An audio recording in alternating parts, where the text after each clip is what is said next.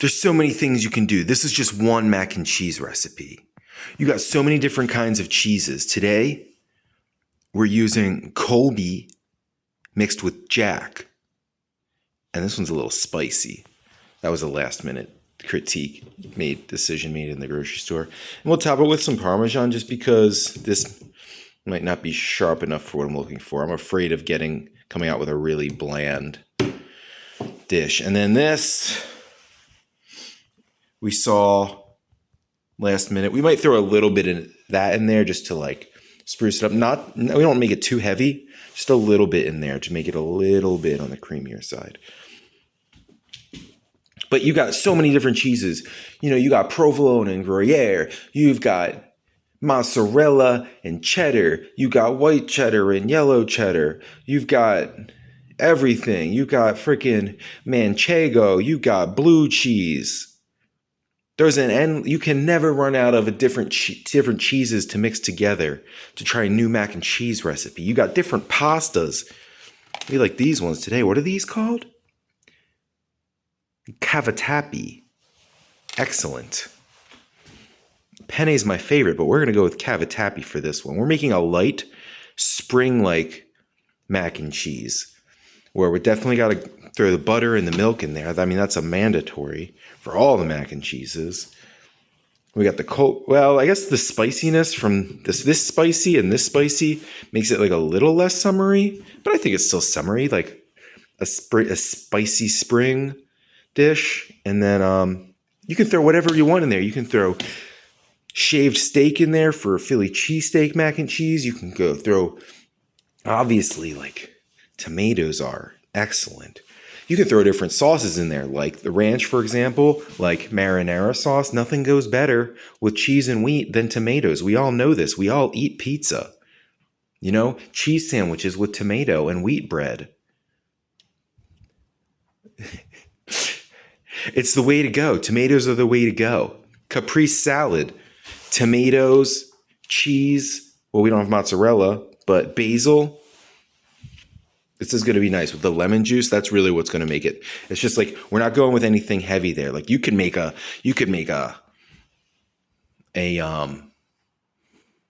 really earthy mac and cheese with like chili powder and cumin and sesame oil. We're going for a light one today. Basil. Wasn't going to make it spicy at all, but I think I was afraid that with the cheese selection, like if it was like maybe a sharp cheddar or a sharp Gouda, like an aged Gouda, it would have like that oomph to it. But I was afraid with just the regular Colby Jack, it would come out bland. So I got the spicy with a little bit of Parmesan topping. And yeah, that's it. I mean, black pepper is amazing. I say put black pepper in every recipe ever. I'm not doing that in this one, again, because that's more of an earthy spice. And we want to make this. The vision for this is like a light springtime mac and cheese. And even though it is going to get a little bit of flavor from the Parmesan and the peppers in here, it still is ultimately going to be on the blander, lighter side. We're going to make the whole thing of pasta. We're only going to put this little bit of cheese in it. So it actually is going to be on the light side, but we'll make sure we'll get a healthy amount of butter, milk in there, and then a little bit of this Dynamite Ranch to creamy it up since it's going to be light on the cheese. And that's it. Like you can never run out. Like you got different oils to mess with. You got different pasta shapes to mess with. You got different cheese blends. I mean, heck, you don't even have to use. I guess you could screw around with oat milk and nut milks and alternative milks if you wanted. Why not? Actually, maybe I'll do that. Different vegetables. You can throw eggplant in there. You can throw carrots. You can throw celery. What are some good vegetables or add things to go in mac and cheese? You've got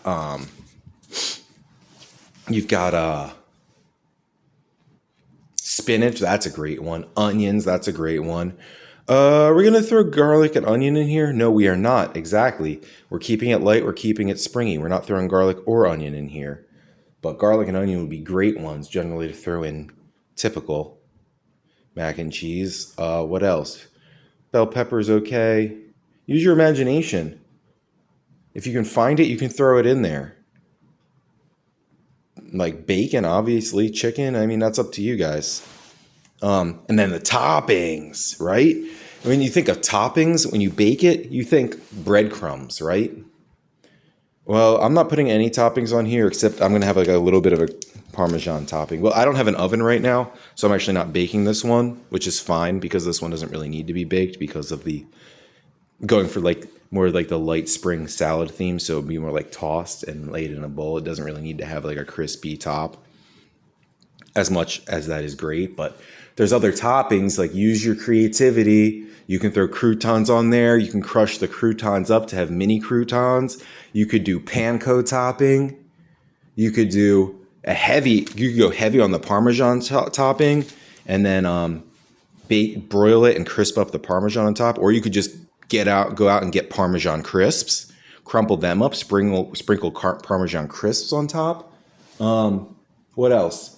Shaved almonds. That sounds good. I'm going to make a recipe where I top the thing with shaved almonds and then bake it and with maybe something else on top. I don't know what. You can go heavy or light.